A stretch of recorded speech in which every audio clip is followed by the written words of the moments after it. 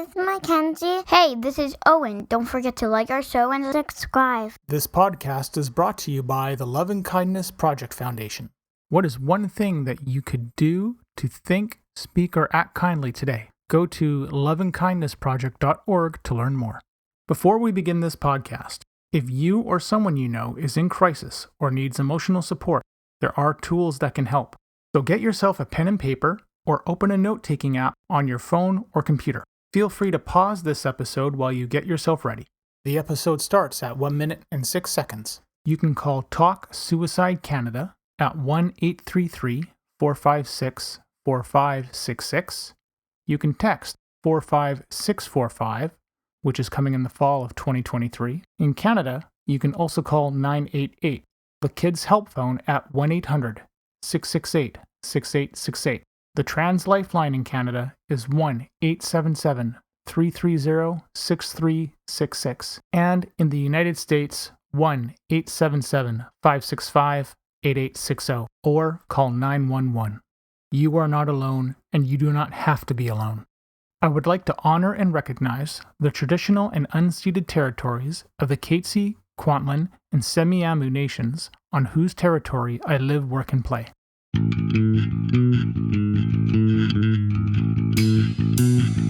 Welcome to We Are the ADHD Family Podcast. This podcast is meant to chronicle our journey with ADHD, autism, and other discoveries along the way.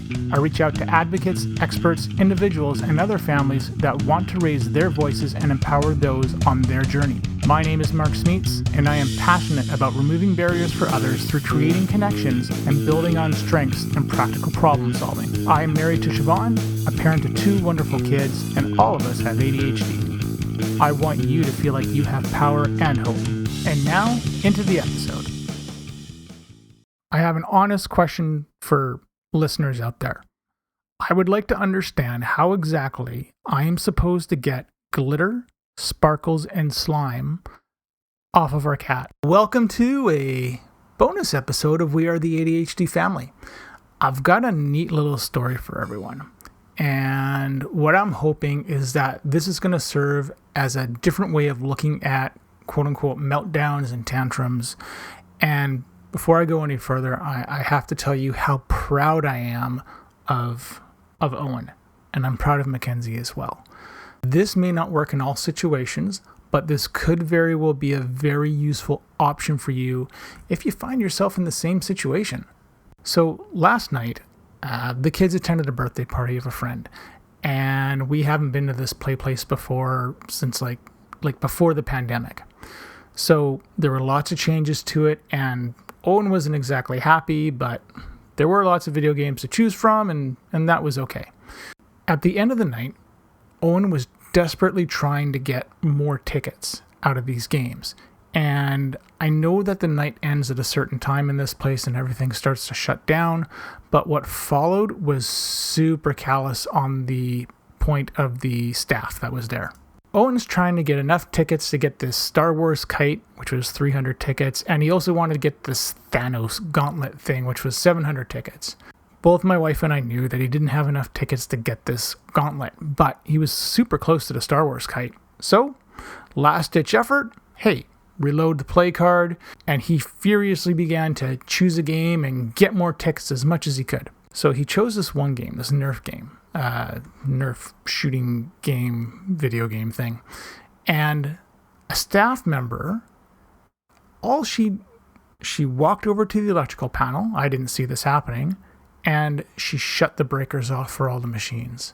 Whatever progress that he had made had been lost. There was no discussion before the breakers were flipped. She just did it. Quite bluntly, this was rude and upsetting. Owen's upset. You know, that's a pretty abrupt end to something that he's trying to get done. And we go check the balance on his card again, and he's like within 40 tickets of doing this, of getting this kite. Basically, we walk up to the counter, and that same person was there. And I said to her, look, Owen really wanted to get the Star Wars kite, and he's only a couple tickets short of this.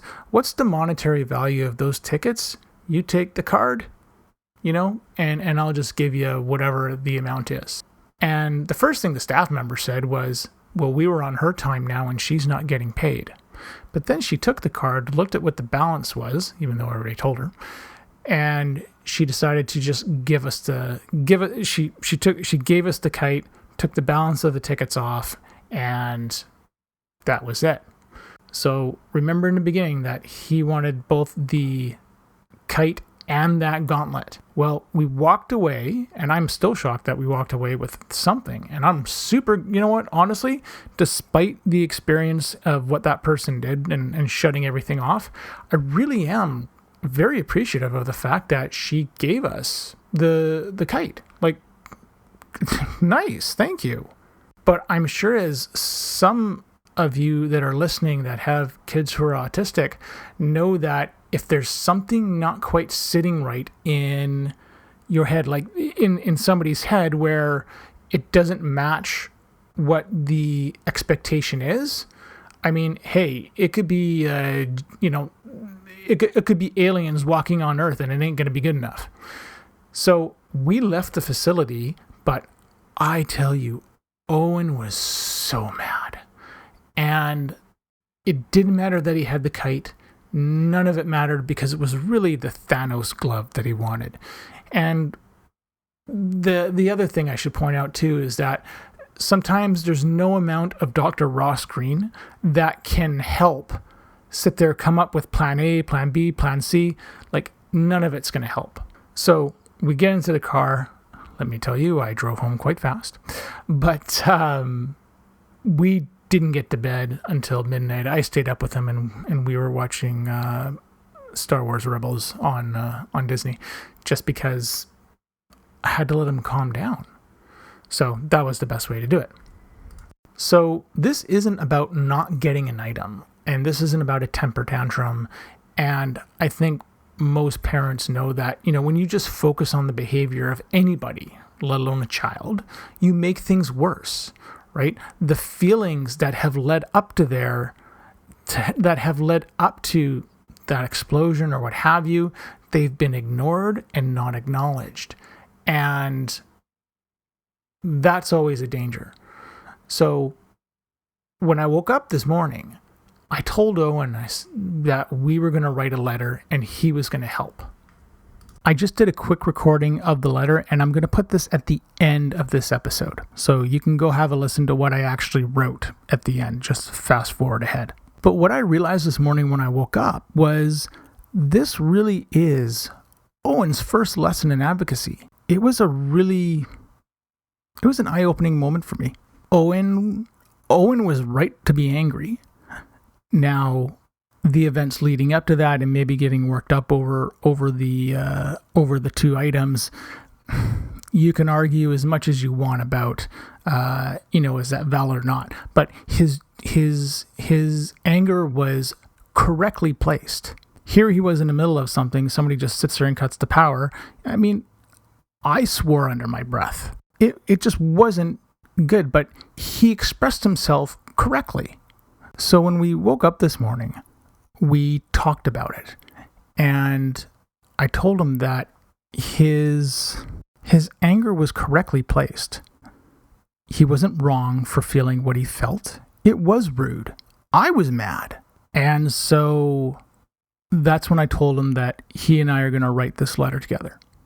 What I wanted to do for this episode, and I made it kind of quick, and I'm hoping this is going to sound good, but I wanted to tell Owen on this, like I've already told him sort of in person, but I thought it would be nice for us to just capture this on a podcast and to capture the things I would say to him. Hopefully this comes out the way that I want it to. And one other thing on the bright side, you know what? He was mad, but he didn't tear the place apart. And it's never pleasant to watch. Really, he let me, as mad as he was and as amazing of a job my wife was doing keeping him where they were, he let me talk to this person, and that's how I ended up, talk to this person calmly for that matter, and that's how we ended up with the kite. It's very much a This is a sign of progress for us as a family, as when events like this happen. Because I can I can think back to times where this wouldn't have ended like this. You might be wondering, how did we calm him down? My wife and I have a really simple process for this. We actually start by front-loading activities of what's coming up. We always acknowledge the emotions, and then we say what's going to happen next. At that point, it's just rinse and repeat. So when we came back, it started off by asking him to take a shower because he showed us his feet and how dirty they were. And we're like, dude, take a shower. And so he went, he was able to do that, but it took a little bit of doing. But then as he's in the shower, I went up to him and said, after you're done with your shower, we're going to watch Star Wars Rebels and then we'll try and get some sleep. He finished his shower. We started watching. And as we watched, he sat there and said, I want chili. Okay, fine. So we go downstairs. I brought the laptop with me and we watched in the kitchen. As we were watching, I told him that when we wake up in the morning that I've got an important meeting. But after this meeting, we're going to go get a Slurpee and then I'm going to upgrade his Slurpee because he really had expressed himself correctly.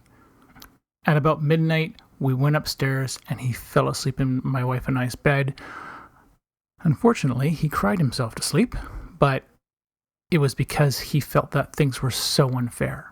When we woke up this morning, he was grumpy, but I just repeated the same process of the things that we had to do today and acknowledged his feelings.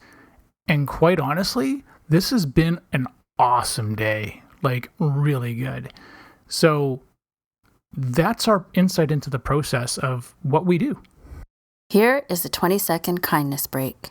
Mackenzie, when you go back to school, what is one kind act that you can say to somebody? Can I help you? Owen, when you have a new person in your class, what is one kind thing that you can tell them? Hello, nice to meet you. Hi, this is Siobhan from the Love and Kindness Project Foundation. Check out loveandkindnessproject.org and find other ways to carry out kind acts or start a kindness project of your own. Owen? Yes. You can talk. Yes. So, I know last night was really hard, but do you remember when I told you that you handled yourself really well and you did not have a meltdown or a tantrum? Yes. Okay. What you experienced was anger. Yeah, I experienced anger, I already know. But do you know what the word justified means? No. Justified means that the anger was placed in the correct context. Oh, wow. Okay. Oh, wow. So what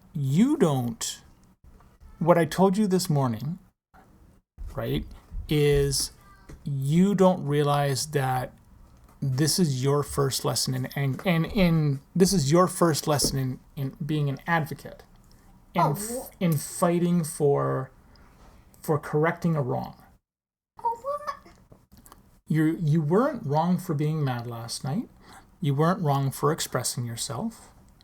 Mom and Dad are very proud of you for doing that. And you can't see this on a podcast, but right now he's dancing. You can hear him dancing. I'm sure you can. Anyways, what I want you to do is tell how you felt about the experience and the games and the stuff that you were telling me. So what are the things that got you mad? Oh, not making it in, even though I hit the rim, and like a basketball, when a basketball hit the rim, you have a chance of it bouncing off or bouncing or getting it in. Hold on. So what were you playing? I'm playing the Nerf gun game before the thing. Before the power was shut off? Yes. And how did that make you feel when the power was shut off? Angry. When you were playing other games, what was that experience like? Like the milk bottle game you're talking about. Yeah. The milk bottle game is rigged. It's rigged. Since you're supposed to try making it into 1,000, but anytime when you try like a trick, it won't go in. Okay. And every time this did not go in and it didn't go your way, how did it make you feel? Mad. Mad. What was the other game that also made you upset? The clown game. The clown game. Why did the clown game make you upset? Because when I sort of like hit the clowns, Yeah. when it hit the fur, why are you not going to go down? So The clowns are like far away, and I throw the ball at a high pressure speed to hit their fur, and that means their fur will come off, and that might be where it might go down or stays up. And also when I hit one, it was supposed to go down, and I went to a high pressure speed, but it didn't. Okay. Because you weren't able to get Thanos' gauntlet, and because you had the problems with the games, and no one fixed any of the games, the ones that you were having trouble with that we just talked about, Yeah. how did that make you, what did that do inside? Make me unhappy. Unhappy. I wanted to see if I can get all jackpots by winning, but I couldn't. The only way if I could do it, if they didn't need to put it at a time before it closed at 8:30, Yeah. and the party started at 6. No, we know. 30. Okay, hang on. Time out. Stop. But did anybody tell you that the games were broken? No, I just learned. You just learned the hard way, right? Yeah. Yeah. And that's not fun. Yes. Okay. Well, you know what? What? Either way, I'm really, really proud of you. Thanks. Okay? I wanted to make one last point before going into that letter. If someone has an issue with the word or how I'm phrasing advocacy to my son, or our son rather, I want you to understand that this is just the first step for him in grasping what advocacy is all about. What my wife and I can do in the future is we can build off this experience. So, if he sees something that's going wrong, then we can say, hey, remember that time we went over to that place and the game wasn't working and everybody ignored you? And, we can begin by relaying that experience and then attaching it to something that he's currently looking at. That will help strengthen the emotion and place the emotion that he feels, giving him an outlet, knowing that he is correct to feel what he does. There is going to come a time when my wife or I may not be able to stop everything. And this is just a building block. This experience is a building block for him. So don't think I'm trying to downplay advocacy. I'm not. We're trying to be purposeful with having to build this up for him and for him to be his own advocate. I also want to tell you why I'm proud of Mackenzie. It's when Owen was really angry in the car and hitting things and throwing things around, she stayed super calm. This wasn't any fun for her. I mean, she's always been on the losing end of when Owen gets mad, but she stayed so calm, and she pretty much just looked to Siobhan and I just to make sure, is everything going to be okay? And, she knew we were keeping her safe. My wife and I both get concerned when things like this happen, because when Owen's mad and lashes out, we worry about the effect that has on her and how we can help support her going forward and not just pass off and say, oh, it's because of autism and all that. What more can we do? How can we repair and foster the relationship between our two kids when something like this happens? Anyways, that's the story for another day. But I just wanted to acknowledge just how incredibly brave she was, and that she did, and she always does the right things. So I love you, sweetheart. Great job. All right, so that's the end of the episode. I'll put the letter next. Whatever you're doing, have yourself a good rest of the week. And I'm really excited about next week's episode. Next week is an interview with a friend of mine, Mark Graben.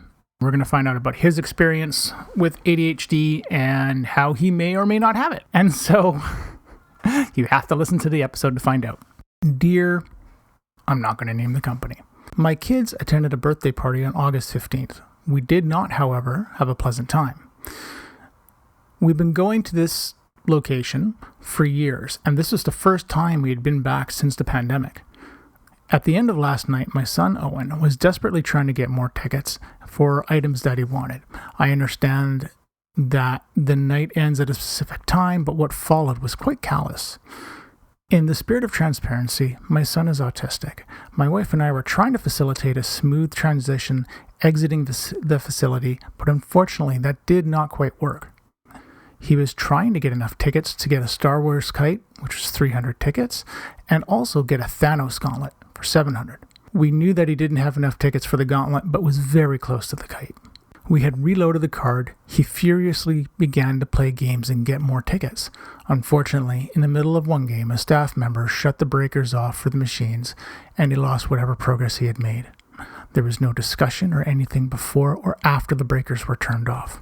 Quite bluntly, this was rude and upsetting. We checked the balance on this card again, and he was within 40 tickets of the kite. I did ask the same staff member what the monetary value of the tickets were so we could just get the kite and leave.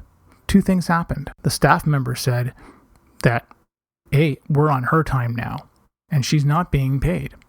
And number two, that same staff member, to her credit, did give us the kite. She checked the balance on the card and just said, here you go. We left the facility and went home with a very angry child that we were grateful that did not turn violent. And this is partly due to our skills as parents. My son wanted to express some comments about the game that he played yesterday and wanted to share that experience with you as well. Owen says, I feel that some of these games are rigged. For example, there is a clown game where you take the ball and hit the clown. However, the clown does not fall. I tried several times and it was very frustrating. There was also a milk bottle game where you had to hit the bottles. These were not falling either. Again, a very frustrating experience. When I was playing the Nerf gun game, I was doing really well and had quite a few bonuses, but then the power went out and I lost all my progress. I'd like to reiterate that we are grateful that this person was at least able to give us the kite. This isn't about getting an item or a quote-unquote temper tantrum. Having raised an autistic child, worked with autistic kids through a sports organization, when you judge and focus on the behavior of a child, you make things worse. Worst of all, their feelings are discarded as if they are not important. What Owen and I ask is that the staff members engage with families to see if anything can be done to help facilitate a smooth transition out of the facility before rudely shutting off the power and making a tense situation worse. You have the power to help. This has more to do with kindness than autism. Sincerely, Mark and Owen Smeets. Thank you for listening to our show. If you're hearing this message, you've reached the end of the episode, and for that, I want to say thank you. I hope you have enjoyed what you've heard and are walking away with newfound knowledge. We are the ADHD family. See you soon for a new episode. I have 3 things to ask of you. Number 1, if you have any comments, questions, or guest ideas, please leave a comment on the Facebook page. Number 2, please leave us a review on Apple Podcasts or Spotify. It helps people find us. And number 3, if you want to be a guest on the show or know someone who would make a great guest, contact me through our Facebook page. This podcast is open to everyone. You don't need to be an expert, just passionate and want to see change. The opinions expressed by the host and guest are not associated with any employer or organization unless otherwise stated.